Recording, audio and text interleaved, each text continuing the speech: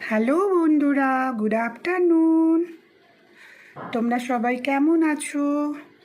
আশা করি সবাই ভালো আছো। আজকে আবারও তোমাদের সামনে আমিষ লাঞ্চের থালি নিয়ে চলে এসেছি।